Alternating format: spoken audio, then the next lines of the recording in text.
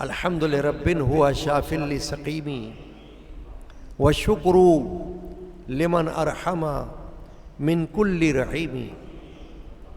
حاضرین کرام، ماہ رمضان المبارک کا یہ دوسرا جمعہ ہے۔ اللہ تعالی ہماری حاضری قبول فرمائے۔ آج کا موضوع ہے خدمت خلق عین عبادت ہے۔ قرآن مجید فرقان حمید کے دوسرے پارے سورۃ البقرہ کی آیت نمبر 177 کا کچھ حصہ اس فقیر گناہگار نے تلاوت کیا۔ اس آیہ کریمہ میں اللہ تبارک و تعالی نے بہت سے پیغامات بندہ مومن کو دیے ہیں جن کو سمجھنا ہے، ہر مسلم مرد و عورت کو۔ آیت شریفہ کیا ہے؟ ارشاد فرمایا لیس البر ان تولوا وجوہکم قبل المشرق والمغرب ولكن البر من آمن بالله واليوم الآخر والملائكة والكتاب والنبيين۔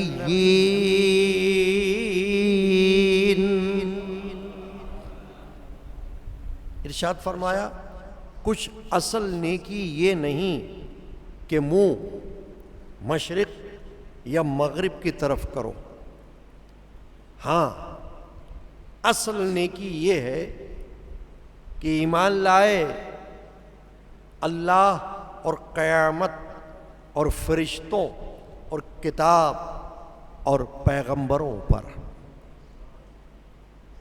وَآتَى الْمَالَ عَلَى حُبِّهِ ذَوِي الْقُرْبَى وَالْيَتَامَى وَالْمَسَاكِينَ وَابْنَ السَّبِيلِ وَالسَّائِلِينَ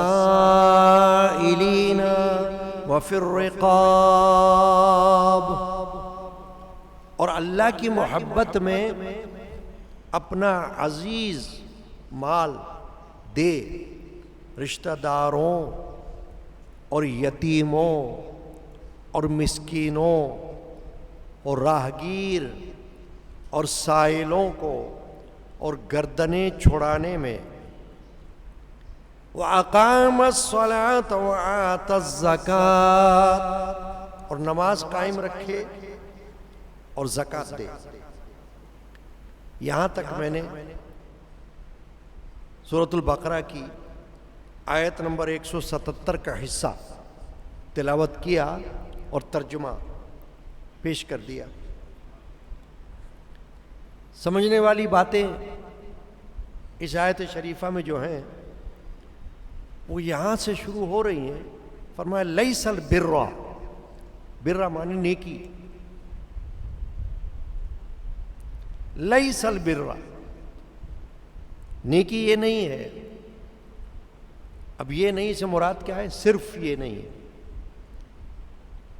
یعنی فقط نیکی یہی نہیں ہے ان تولوا وجوہکم، کہ تم اپنے چہرے پھیر لو قبل المشرق والمغرب، مشرق کی طرف مغرب کی طرف، یعنی نماز کے وقت جن کا کعبہ مشرق کی طرف ہو رہا ہے وہ مشرق کی طرف منہ کر لیں، جن کا قبلہ مغرب کی طرف ہو رہا ہے وہ مغرب کی طرف منہ کر لیں۔ یا مفسرین فرماتے ہیں یہود و نصارہ کے بارے میں یہ آیت نازل ہوئی کہ یہود نے بیت المقدس کے مشرق کو اور نصارہ عیسائیوں نے اس کے مغرب کو اپنا قبلہ بنا لیا تھا، اور ہر فرقے کا یہ گمان تھا کہ صرف اس قبلے کی طرف منہ کرنا ہی کافی ہے بس۔ اور مفسرین فرماتے ہیں کہ اس آیت میں ان کا رد فرمایا گیا کہ بیت المقدس کا قبلہ ہونا تو منسوخ ہو گیا، اب جو قبلہ ہے وہ کعبۃ اللہ شریف ہے۔ اور ایک قول مفسرین کا یہ ہے کہ یہ خطاب تمام اہل کتاب، یہودوں یا نصارہ اور مومنین سب کے لیے عام ہے، اور معنی یہ ہے کہ صرف قبلہ کی طرف چہرے کو کر لینا یہ اصل نیکی نہیں، جب تک پورے عقائد پر کاربند نہ ہو، تمام عقائد کو فالو نہ کریں اور دل اخلاص کے ساتھ رب قبلہ کی طرف متوجہ نہ ہو، کیونکہ ایک ہے قبلہ کعبہ، وہ ایک علامت ہے نماز کے لیے، اسے اللہ نے اپنا گھر قرار دیا، لیکن وہ اللہ نہیں ہے۔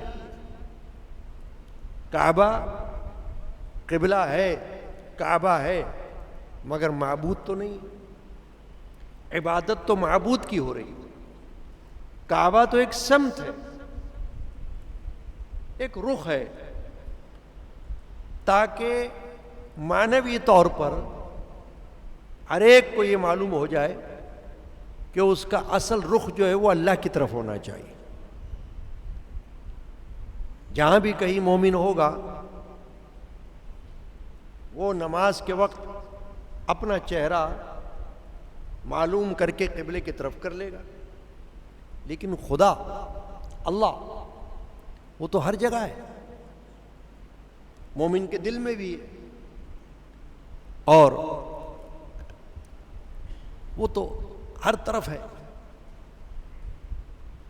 تجلی تیری ذات کا سو بسو ہے، تجلی تیری ذات کا سو بسو ہے، جدھر دیکھتا ہوں ادھر تو ہی تو ہے۔ تو مومن کو تو ایسا نظر آنا چاہیے کہ جہاں دیکھتا ہوں اے اللہ وہاں تو ہی تو ہے۔ مگر یہ نماز کے لیے اللہ تعالیٰ نے قید لگا دی قبلے کی۔ میرے خاندان کے عظیم صوفی بزرگ حضرت سائیں عبد الغنی القادری قلندری رحمۃ اللہ علیہ نے اپنے ایک شعر میں اس طرف توجہ دلائی، فرمایا قید قبلے کی جو ہے مطلب ہے اور، قید قبلے کی جو ہے مطلب ہے اور، وہ خدائی کیا جو ہر جا پہ نہ ہو۔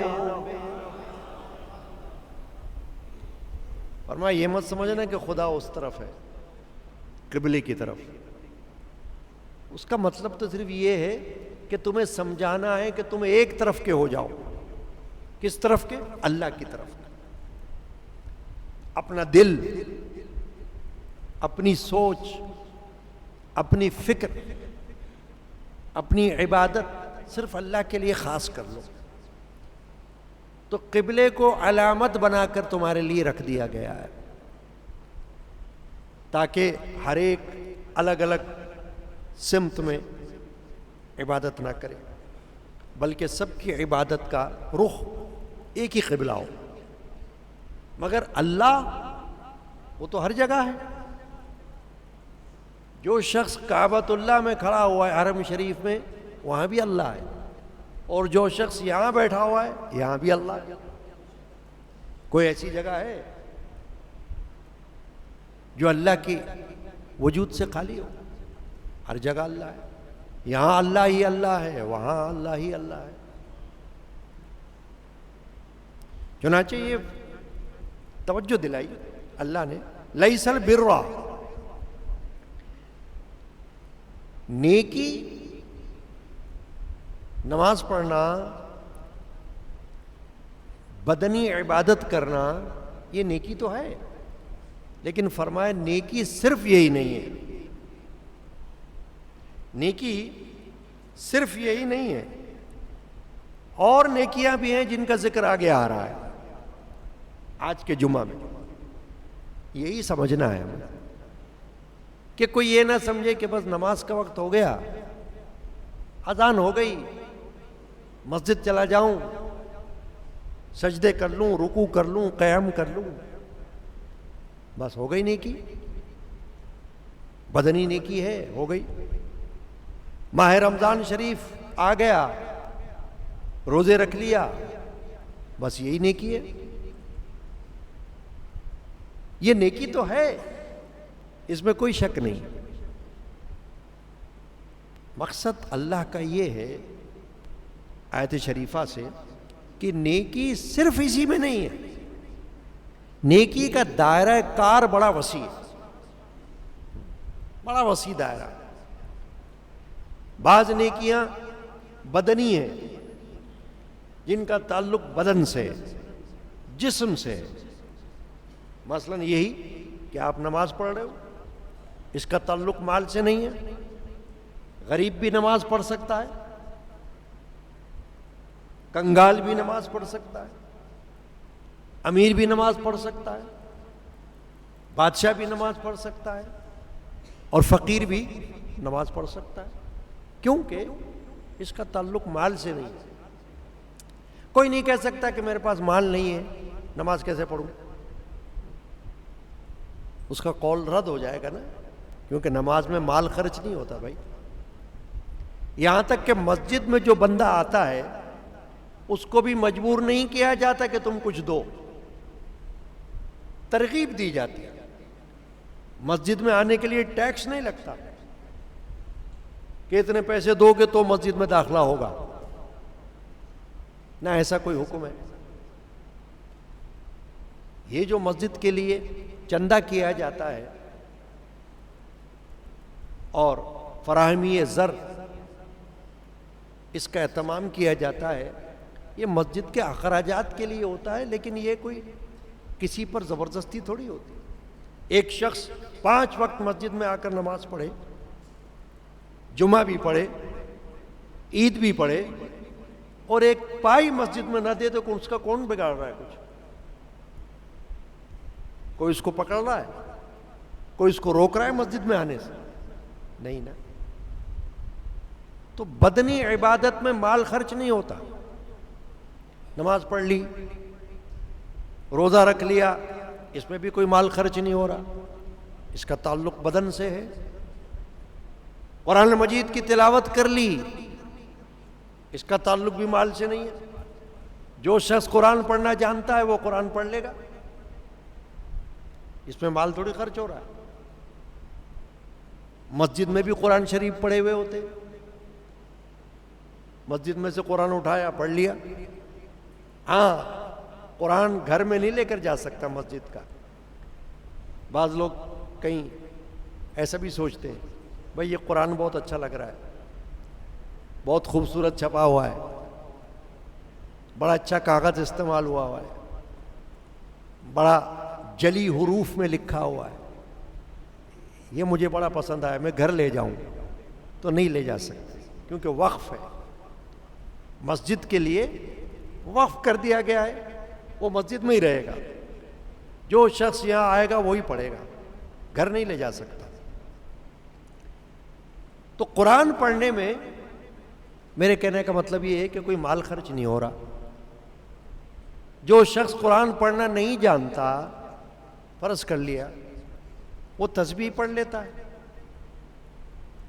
تسبیح کے دانے پڑھ لیتا ہے، دانوں پر کچھ ختم کر لیتا ہے، کلمہ طیبہ پڑھ لے، کچھ اور پڑھ لے، اس میں بھی مال خرچ نہیں ہوتا، وہ بدنی عبادت ہے۔ اللہ تبارک و تعالیٰ نے اس طرف اشارہ فرما دیا کہ تم اس بدنی عبادت کو یہ مت سمجھ لینا کہ بس یہی ہے، کافی ہے، نہیں۔ اللہ تعالیٰ نے پیکج دیا ہے نیکی کا، اس پیکج کو پورا کرنا ہے۔ یعنی ایک بنڈل ہے، جیسے کہ اور اس کے اندر نیکیاں بھری ہوئی ہیں. تمہیں ان ساری نیکیوں کی طرف توجہ کرنی ہے. اگر تم نے صرف ایک طرف توجہ کر لی کہ مشرق اور مغرب کی طرف منہ کرنے کو کافی سمجھ لیا, تو اللہ فرماتا ہے یہ کافی نہیں. لیس البر ان تولوا وجوہکم, نیکی صرف یہی نہیں ہے کہ تم اپنے چہروں کو مشرق و مغرب کی طرف اور اطمینان کر لو بس میرے لیے کافی نہیں. نماز تمہاری تمہیں فائدہ پہنچا رہی ہے, کسی اور کو نہیں. دیکھیے نا, نماز میں نیابت نہیں ہوتی. نیابت کا مطلب کیا ہے کہ کوئی دوسرے کو یہ نہیں کہہ سکتا ذرا میری طرف سے فجر پڑھ لینا بھائی, ذرا میری طرف سے ظہر پڑھ لینا, ذرا میری طرف سے عصر پڑھ لینا, ذرا مغرب پڑھ لینا, ذرا عشاء پڑھ لینا. ایسا نہیں ہو سکتا. نماز اسی کو پڑھنی ہے.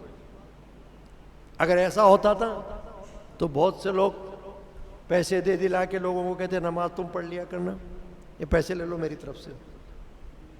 نہیں, نماز تو خود پڑھنی ہے.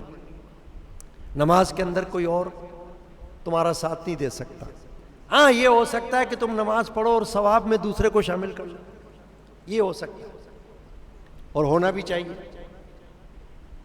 علماء نے, فقہاء نے, محدثین نے, صوفیاء کرام نے یہ تعلیم دی کہ جب تم عبادت کرو, نماز پڑھو, تو اس میں ثواب کی نیت اپنے مرحومین کی بھی کر سکتے ہو کہ یا اللہ جو میں نے نماز پڑھی ہے اس کا ثواب مجھے تو ملنا ہی ہے تیری بارگاہ سے, مگر میرے ماں باپ فوت ہو چکے ہیں, میرے بھائی بہن فوت ہو چکے ہیں, میرے عزیز و اقارب فوت ہو چکے ہیں, اے اللہ اس کا ثواب تو ان کو بھی مرحمت فرما دے, ان کو بھی بخش دے.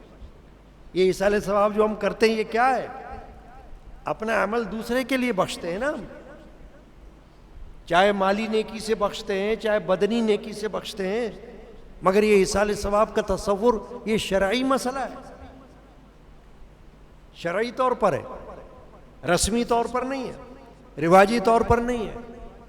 ایصال ثواب شرعی ہے اور وہ چلا آ رہا ہے نبی اکرم مغفر بنی آدم صلی اللہ علیہ وسلم کے عہد مبارک سے, اور چلتا چلا جائے گا یوم قیامت تک.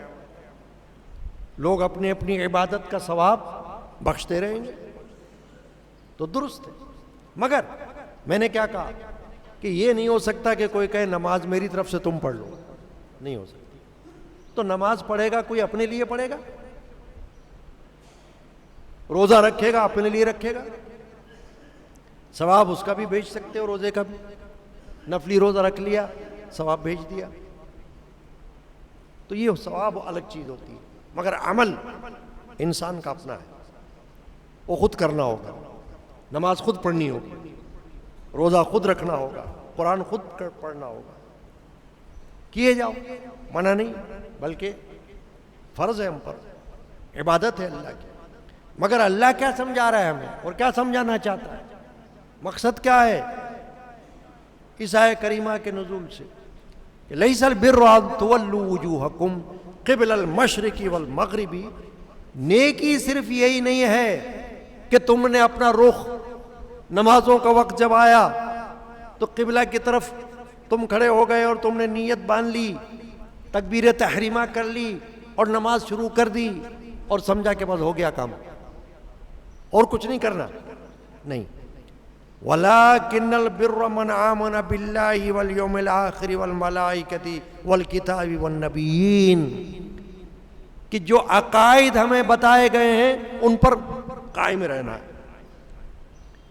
اللہ پر ایمان, یہ بنیادی عقائد ہیں, فنڈامنٹل بلیفز. اللہ پر ایمان, کامل ایمان, ادھر ادھر ہونے والا نہیں, ڈگمگانے والا نہیں, متزلزل والا نہیں, آج ادھر کل ادھر, دنیا کی طرح جیسے سیاست میں ہوتا ہے, لوٹوں کی طرح, ادھر مفاد دیکھا ادھر جماعت میں آ گئے, ادھر مفاد دیکھا ادھر جماعت میں چلے گئے. یہ تو آپ سب کے سامنے ہوتا ہے نا بھائی. یہ کوئی غلط بات تو نہیں کر رہا ہوں. رات دن ہم دیکھ رہے ہیں دنیا داروں کو کہ پیسوں کے لیے، ذاتی مفاد کے لیے ایک جماعت سے دوسری جماعت میں، ادھر سے ادھر، ادھر سے ادھر، ادھر سے ادھر، ادھر سے ادھر. یہ کیا ہے؟ اللہ کے لیے؟ نو، دنیا کے لیے. دنیا داری ہے. ادھر سے ادھر آ گئے، ادھر سے ادھر چلے گئے، جہاں دیکھا مفاد، 2 پیسے کا فائدہ، ادھر گھس گئے. اللہ پر ایمان ایسا نہیں ہے کہ آج ایمان رکھا کل ختم کر دیا، وہ تو مرتد ہو جائے گا بندہ. ایمان والا بندہ معاذ اللہ، استغفر اللہ، ایمان سے ہٹ جائے، اسلام سے ہٹ جائے تو وہ تو مرتد ہو جائے گا، اس کا تو نکاح بھی ختم ہو جائے گا اور وہ تو واجب القتل ہو جائے گا، وہ تو اللہ کی بارگاہ میں مردود ہو جائے گا. تو اللہ پر ایمان جو ہے وہ کامل ایمان. فرمایا وَلَٰكِنَّ الْبِرَّ، فرمایا بلکہ نیکی یہ ہے کہ اللہ پر ایمان ہو، وَالْيَوْمِ الْآخِرِ، اور آخرت پر ایمان ہو. کیونکہ آخرت پر ایمان جو ہے نا یہ مومن کا خاصہ ہے، کافر کا نہیں. کافر کا اگر آخرت پر ایمان ہوتا تو پھر مسلمان ہو جاتا ہو. وہ تو آخرت کو نہیں مانتے، دوبارہ زندہ ہونے کو نہیں مانتے. قرآن میں اس کا ذکر موجود ہے. مشرکین نے کہا کہ کیا ہم دوبارہ زندہ ہو جائیں گے مرنے کے بعد؟ مرنا تو ہمیں سمجھ میں آ رہا ہے، مرنا ہمیں نظر آ رہا ہے، لیکن دوبارہ اٹھنے کی جو بات کرتا ہے اللہ، تو ہم دوبارہ تو نہیں اٹھیں گے. ہماری تو ہڈیاں، ہمارا تو جسم گل سڑ جائے گا، تو کیا ہم دوبارہ سے جوڑ دیے جائیں گے؟ تو اللہ تعالیٰ نے ان کا جواب دیا کہ بیوقوف، جاہل، ذرا اس طرف تو غور کر کہ جب تیرا نام و نشان کچھ نہ تھا تب کس نے پیدا کیا تجھے؟ تم یہ سوال کرتے ہو کہ دوبارہ کیسے زندہ ہوں گے؟ مرنے کے بعد گوشت تو ختم ہو جائے گا، ہڈیاں رہ جائیں گی، تو کیا ہڈیوں میں دوبارہ جان آئے گی؟ اللہ نے فرمایا یہ تو بتاؤ کہ جب تم تھے ہی نہیں، نہ ہڈی تھے نہ گوشت تھے، تمہارا نام و نشان نہیں تھا، تو کس ذات نے تمہیں نام و نشان عطا کیا؟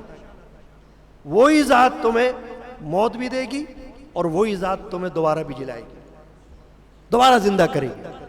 تو اس پر ایمان رکھو، آخرت پر. والملائکۃ، اور فرشتوں پر ایمان رکھو کہ فرشتے اللہ کی ایک نوری مخلوق ہیں جنہیں اللہ تعالیٰ نے اپنے نور سے پیدا فرمایا. خاکی مخلوق ہم انسان، نوری مخلوق فرشتے، ناری مخلوق جنات، ایسے اور مخلوقات ہیں، نباتات، جمادات، یہ سب اللہ کی مخلوق ہے، حیوانات سب اللہ کی مخلوق ہے. خالق تو صرف ایک ہی ہے. تو فرشتوں پر ایمان رکھو کہ فرشتے ہیں، اگرچہ نظر نہیں آ رہے. نظر نہ آنا نہ ہونے کی دلیل نہیں ہے. نظر نہ آنا تو بہت سی چیزوں کو نظر نہیں آتا، انسان کو دیکھتا نہیں. انسان جسم کے اندر خون دوڑتا ہے، ہمارے جسم کے اندر ہر وقت خون موجود ہے نا جسم کے اندر، مگر نظر نہیں آ رہا. روح جسم کے اندر موجود ہے جو جسم کو حرکت دے رہی ہے. آپ سمجھ رہے ہیں نا؟ میں آپ چل رہے ہیں، پھر رہے ہیں، کھا رہے ہیں، پی رہے ہیں، سو رہے ہیں، جاگ رہے ہیں، کس سے؟ روح سے. جسم تو ایک ڈھانچہ ہے، پنجرہ ہے. اس کے اندر کا جو پرندہ ہے وہ کون ہے؟ روح. جب روح نکل جاتی ہے تو جسم ڈھیر ہو جاتا ہے، اسی کو موت کہتے ہیں. تو موت تو جسم پر آتی ہے، روح پر تو آتی نہیں. روح کو تو بقا ہے. اسلام کا عقیدہ یہ ہے روح باقی ہے، روح فانی نہیں ہے. اس لیے ہم روح پر ثواب بھیجتے ہیں، روح کے لیے رضامندی اور خوشی کے لیے نیک کام کرتے ہیں، اس کی روح خوش ہو جائے، ہے نا؟ یوں، کیونکہ روح تو زندہ ہے. تو فرشتے نظر نہیں آ رہے مگر ہیں. ہاں جن کو نظر آنے کا حکم ہو جاتا ہے وہ نظر آ بھی جاتے ہیں. رسول اکرم صلی اللہ علیہ وسلم نے فرشتوں کو دیکھا, صحابہ نے بھی دیکھا, انسانی شکل میں دیکھا. حدیث پاک موجود ہے کہ حضرت جبرائیل جو فرشتوں کے سردار ہیں وہ انسانی شکل میں آئے سرکار دو عالم صلی اللہ علیہ وسلم کی خدمت میں, یہ پوچھنے کے لیے کہ یا رسول اللہ, یا محمد صلی اللہ علیہ وسلم, آپ فرمائیے اسلام کیا ہے, آپ فرمائیے ایمان کیا ہے, آپ فرمائیے احسان کیا ہے. یہ سوالات کرنے لگے. کون؟ جبرائیل علیہ السلام, مگر انسانی شکل میں تھے. اور صحابہ دیکھ رہے تھے کہ ایک شخص آیا ہوا ہے, نبی اکرم صلی اللہ علیہ وسلم کے گھٹنے مبارک سے گھٹنے ملا کر بیٹھ گیا ہے دو زانوں ہو کر, اور اس پر کوئی سفر کے کوئی آثار بھی نہیں تھے, لیکن ایک شخص ہے وہ آ کر بیٹھا ہے, سوالات کر رہا ہے اور پھر خود ہی تصدیق بھی کر رہا ہے کہ ہاں سچ فرمایا آپ نے, ہاں سچ فرمایا آپ نے. وہ حیران ہو رہے تھے. جب وہ چلے گئے حضرت جبرائیل علیہ السلام حضور کے جوابات سن کر کہ اسلام یہ ہے کہ تم نماز پڑھو, روزہ رکھو, یہ کرو یہ کرو.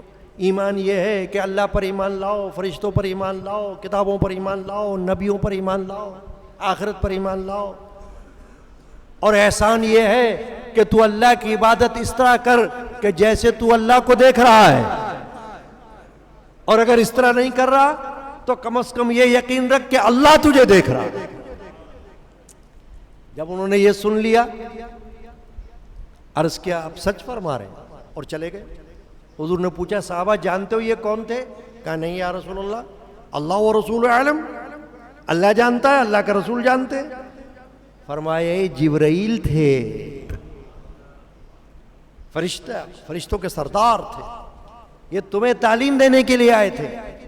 مجھے تو سب معلوم ہے اور ان کو بھی معلوم ہے, مگر یہ تمہیں سکھانے کے لیے آئے تھے کہ وہ سوال کریں, میں جواب دوں اور تمہیں پتہ چل جائے. تو فرشتوں کو تو اللہ کو جن کو دکھانا مقصود ہوتا ہے فرشتے نظر آ جاتے ہیں, انسانی شکل میں آ سکتے ہیں فرشتے, ہے نا. چنانچہ فرمایا اللہ نے کہ فرشتوں پر ایمان, والکتابی, تمام آسمانی کتابوں پر ایمان, قرآن پر ایمان, زبور پر ایمان, توریت پر ایمان, انجیل پر ایمان. اس کے علاوہ بھی کتابیں نازل کی اللہ نے, حضرت آدم علیہ السلام پر بھی نازل کی, حضرت ادریس علیہ السلام پر بھی نازل کی, نبیوں پر جن کے نام ہم کو نہیں پتا. ہمیں تو صرف 4 کتابوں کا نام معلوم ہے, یا قرآن کا نام معلوم ہے, یا زبور کا نام معلوم ہے, یا انجیل کا نام معلوم ہے, یا تورات کا نام معلوم ہے.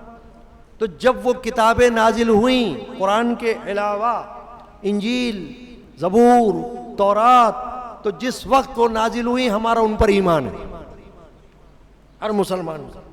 ہم زبور کو بھی مانتے ہیں, ہم تورات کو بھی مانتے ہیں, ہم انجیل کو بھی مانتے ہیں, اس وقت کی انجیل, آج کی نہیں, کیونکہ اب کوئی آسمانی کتاب سوائے قرآن کے اصل حالت میں نہیں ہے.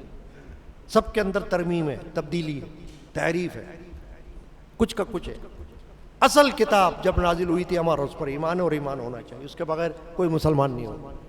پھر فرمایا والنبیین, نبیوں پر ایمان, کہ جتنے پیغمبر دنیا میں تشریف لائے, حضرت آدم علیہ السلام سے جو سلسلہ شروع ہوا اور وہ چلتا رہا, نوح علیہ السلام, عیسیٰ علیہ السلام, موسیٰ علیہ السلام, یحییٰ علیہ السلام, سلیمان علیہ السلام, سب انبیاء, یہاں تک کہ محمد رسول اللہ صلی اللہ علیہ وسلم پر سلسلہ آ کر رک گیا. یعنی آخری پیغمبر کون؟ محمد صلی اللہ تعالی علیہ وآلہ وسلم, خاتم النبیین. تو ہم صرف محمد پر ایمان نہیں رکھتے, ہم تو سارے نبیوں پر ایمان رکھتے, سب پر ایمان لاتے. کوئی شخص اگر ایک نبی کا بھی منکر ہو وہ مسلمان نہیں ہو سکتا ہے, کافر ہو جائے, کیونکہ ایمان سب پر ہے. مگر ہمارے پیغمبر حضرت محمد رسول اللہ صلی اللہ علیہ وسلم. اب یہاں تک تو بات آ گئی عقائد کی, ٹھیک ہے نا, ایمان ایمان ایمان. اللہ نے فرمایا کہ نیکی صرف یہی نہیں ہے کہ تم اپنا چہرہ ادھر کر لو یا ادھر کر لو, کعبے کی طرف کر لو, جہاں پر بھی تم ہو, صرف اس میں نیکی نہیں ہے. بلکہ نیکی یہ سب کو شامل ہے کہ اللہ پر ایمان رکھو تو کامل ایمان، فرشتوں پر ایمان، آسمانی کتابوں پر ایمان، نبیوں پر ایمان، آخرت پر ایمان۔ اب فرمایا وَآتَ الْمَالَ عَلَى حُبِّهِ، اور اللہ کی محبت میں اپنا مال دے۔ فرمایا یہ بھی نیکی ہے۔ یہ اصل بات یہ بتانا ہے، اللہ حقوق اللہ ایک ہوتے ہیں اور ایک ہوتے ہیں حقوق العباد، اللہ کا حق اور حق العبد، بندے کا حق۔ اللہ کا جو حق ہوتا ہے وہ بندہ کیا پورا کرے گا اللہ کا حق، لیکن اپنے استطاعت کے مطابق نماز پڑھے، روزہ رکھے، قرآن کی تلاوت کرے، یہ اللہ کا حق ہے۔ مگر بندوں کا حق جو ہے نا وہ بہت بڑی اہمیت والا ہے۔ اللہ اپنا حق معاف فرما دے گا، مگر بندوں کے حقوق میں بندوں سے معافی کرنے کا حکم ہے کہ ان سے معافی کرواؤ، وہ تمہیں معاف کرے۔ تم نے کسی بندے کا حق چھینا ہے، تم نے کسی بندے کا حق مارا ہے، تم نے کسی بندے کو ناحق قتل کیا ہے، تمہیں اس سے معافی مانگنی ہوگی، تمہیں اس سے اپنے آپ کو معاف کروانا ہوگا، تو اللہ بھی معاف فرمائے۔ یہاں تک کہ حق العبد جو ہے بندے کا حق، وہ تمہارے شہید ہونے سے بھی معاف نہیں ہوگا۔ یعنی کوئی بندہ اگر شہید ہو جائے اور اس پر کسی کا حق ہو تو بھی معاف نہیں ہوگا، شہادت بھی اس کے حق کو معاف نہیں کرے گی جب تک کہ بندہ بندے کو معاف نہ کر دے کہ ہاں جا میں نے تجھے معاف کر دیا۔ اگر ہو سکتا ہے تو زندگی میں معاف کروائے جتنا ہو سکتا ہے۔ آپ نے دیکھا ہوگا نا، کوئی حج پہ جا رہا ہوتا ہے تو لوگوں سے معافیاں مانگتا ہے، بھائی مجھے معاف کر دینا بھائی، کہا سنا معاف کر دینا بھائی، بولا چلا معاف کر دینا بھائی۔ مطلب یہ ہوتا ہے کہ بھائی میں ایسی جگہ جا رہا ہوں، پتہ نہیں واپس بھی آؤں کہ نہ آؤں، زندگی موت کا کیا بھروسہ ہے، لیکن تم اگر مجھ سے کوئی غلطی ہو گئی ہو تمہارے حق میں تو مجھ کو معاف کر دینا۔ اب یہ درست ہے تصور کہ معافی مانگ رہا ہے، صحیح ہے، لیکن اگر حج پہ نہیں بھی کوئی جا رہا ہو، حج ہر ایک کا نصیب تو نہیں ہوتا نہ، حج ہر ایک پر فرض ہوتا ہے، یہ تو صاحب استطاعت پر فرض ہوتا ہے۔ تو کیا اگر کوئی حج پہ نہیں جائے گا اور کسی کے ساتھ ناحق کیا ہوگا تو کیا معافی نہیں مانگے گا؟ وہ معافی تو تب بھی مانگے گا کہ مجھے معاف کر دینا بھائی۔ اسی طرح فرمایا اللہ نے وَآتَ الْمَالَ عَلَى حُبِّهِ، اب حُبِّهِ میں ضمیر دونوں طرف آ گئی۔ مفسرین فرماتے ہیں علماء کہ ایک تو یہ ہے کہ اللہ کی محبت میں مال دیتا ہے، اور ایک یہ ہے کہ مال کی محبت ہوتے ہوئے بھی مال دیتا ہے، کیونکہ مال سے محبت ہوتی ہے نا ہر ایک کو۔ مال کے پیچھے لوگ جان بھی دے دیتے ہیں، کبھی مال کو بچانے کے لیے جان کی بھی پرواہ نہیں کرتے، کہتے نہیں مال بچنا چاہیے، جان بھلے جا رہی ہے، وہ جان بھی دے دیتے ہیں۔ تو مال کی محبت ہوتے ہوئے مال اللہ کی راہ میں خرچ کرنا یہ بہت بڑی نیکی ہے کہ مال سے بھی محبت ہے، مگر جب اللہ کی رضا کا سوال آ جاتا ہے، اللہ کے حکم کا سوال آ جاتا ہے، تو اس وقت ایک خیال آتا ہے کہ میں کیا اور میرا مال کیا، میں بھی اللہ کا ہوں اور میرا مال بھی اللہ کا، میرے پاس امانت ہے اللہ کی، جب تک میں زندہ ہوں، اور میرے مرنے کے بعد تو یہ کسی کا ہو جائے گا،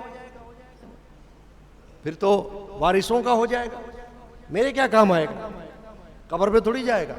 ہاں اس مال کو میں نے اگر اللہ کی رضا کے لیے خرچ کر لیا ہے زندگی میں تو انشاءاللہ یہ فائدہ دے گا۔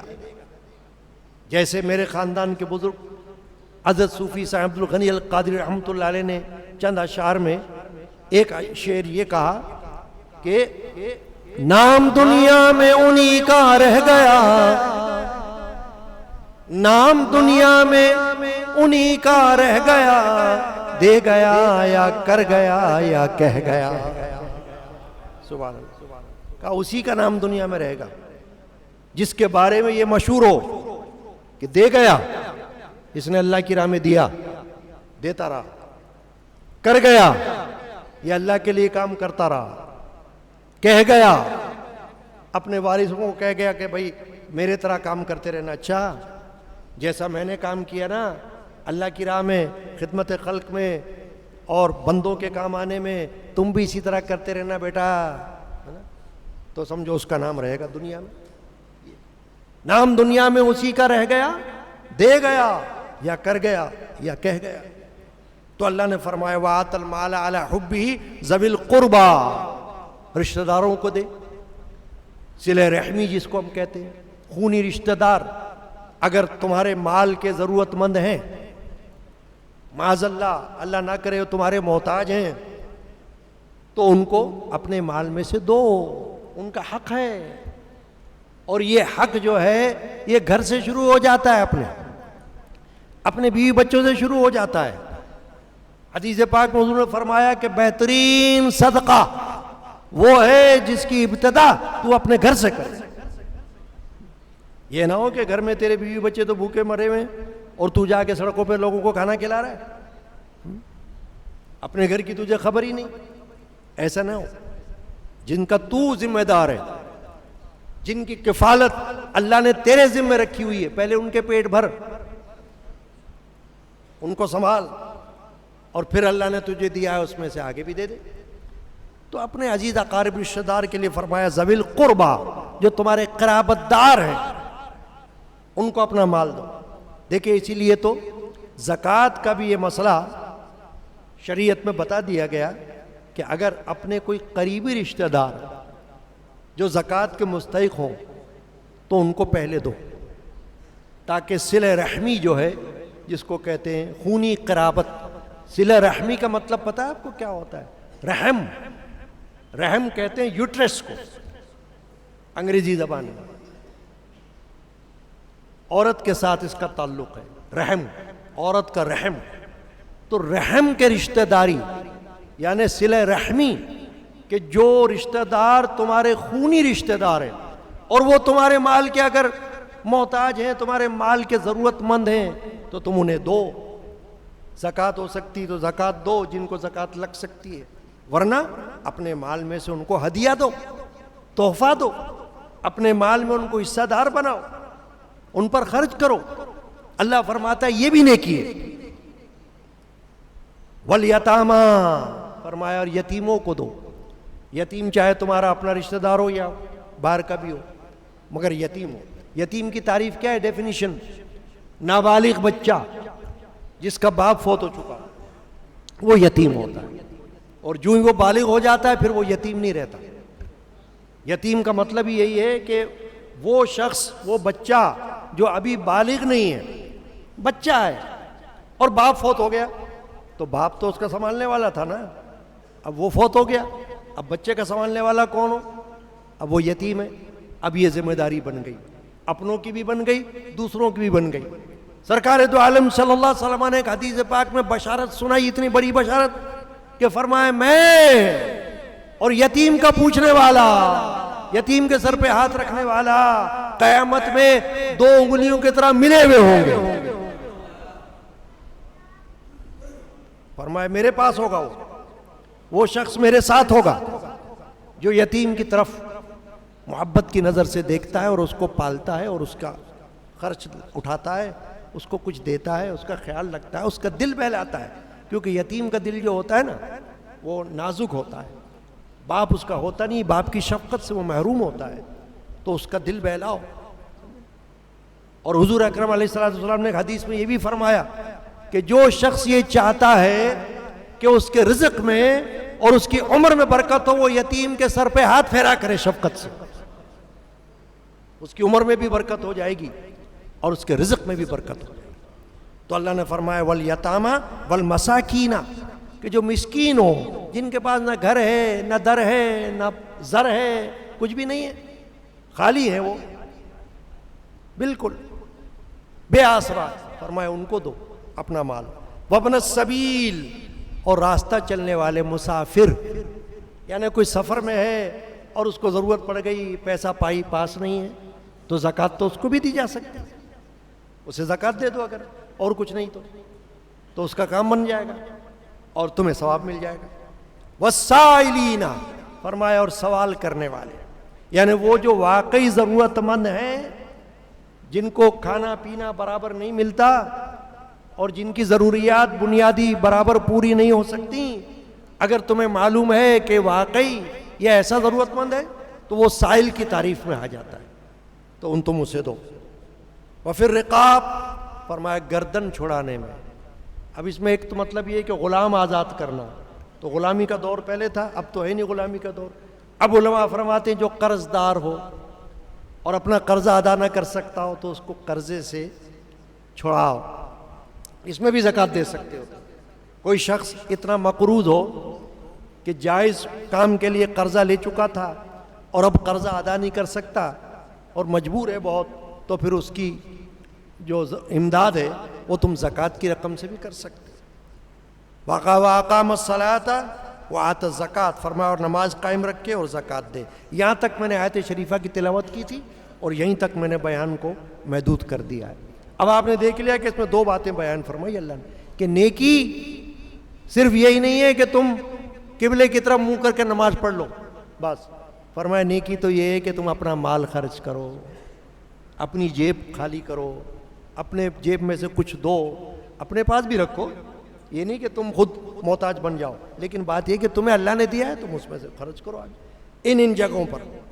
تو خدمت خلق میں یہ سب باتیں آ جاتی ہیں. خدمت خلق ہر طرح سے ہو سکتی ہے نا. ابھی خدمت خلق میں بھی یہ ضروری نہیں ہے کہ کوئی مال کہے کہ جی میرے پاس مال تو نہیں، میں خدمت خلق کیسا کروں. ارے بھائی خدمت خلق یہی نہیں ہے صرف کہ مال ہی خرچ کیا جائے.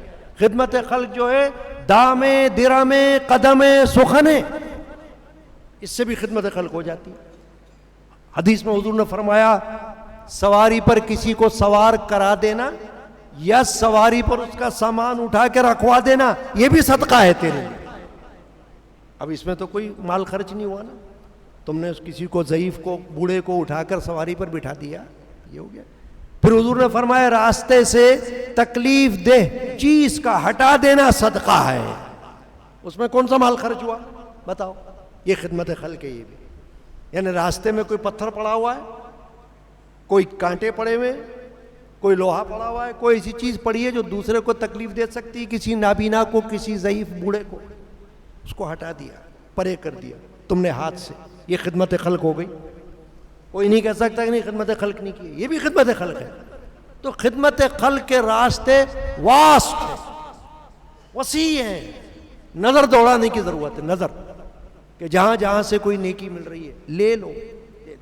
اللہ تبارک و تعالی ہمیں توفیق عطا فرمائے.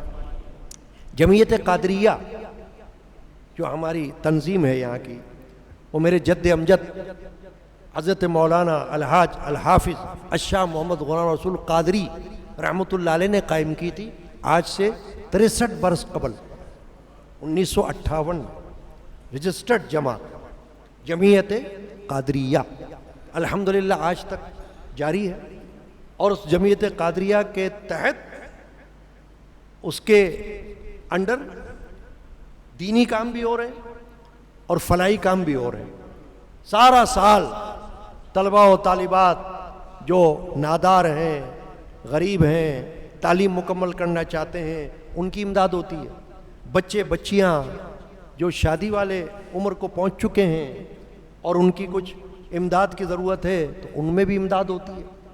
اسی طرح مستحقین بیوائیں ہیں یا مسکین ہیں، غریب ہیں، جن کے اخراجات زیادہ ہیں، کمائی کم ہے، آمدنی کم ہے، سارا سال ان کی امداد ہوتی رہتی. تو جمعیت قادریہ بھی ایک فلاحی اور دینی تنظیم ہے جو یہاں پر قائم ہے. اور آپ سے گزارش ہوتی رہتی ہے کہ آپ خیال رکھیں خاص کر ماہ رمضان میں کہ آپ صدقات، عطیات یا زکوٰۃ اس کی مد میں تعاون خیر کریں اور ساتھ ملیں، جوائن کریں، تشریف لائیں، معلومات حاصل کریں اور جو کچھ خیر کا کام آپ سے ہو سکتا مل کر کام کریں تاکہ ایک دوسرے کا بھلا ہو. کر بھلا ہو بھلا والی بات ہے نا. اللہ تبارک و تعالی ہمیں ماہ رمضان شریف میں بھی اور ویسے بھی خدمت خلق کی توفیق عطا فرمائے. طریقت، ایک شعر فارسی زبان کا، طریقت بجز خدمت خلق نیست. کہنے والے نے کہا کہ طریقت یعنی جو صوفیہ کا راستہ ہے، اللہ والوں کا راستہ، یہ بجز خدمت خلق کے نہیں ہے، خدمت خلق کے ساتھ جڑا ہوا. طریقت بجز خدمت خلق نیست، بتسبیح و سجادہ و خلق دلق نیست. فرمایا یہ تسبیح کا اور جانماز کا اور گدڑی کا یہ نام نہیں ہے. صرف طریقت جو ہے خدمت خلق کا نام ہے کہ خدمت خلق اس کے اندر شامل ہے. اللہ تبارک و تعالیٰ ہمیں اس کی توفیق عطا فرمائے. صلی اللہ تعالی علی محمد و علی آلہ وسلم.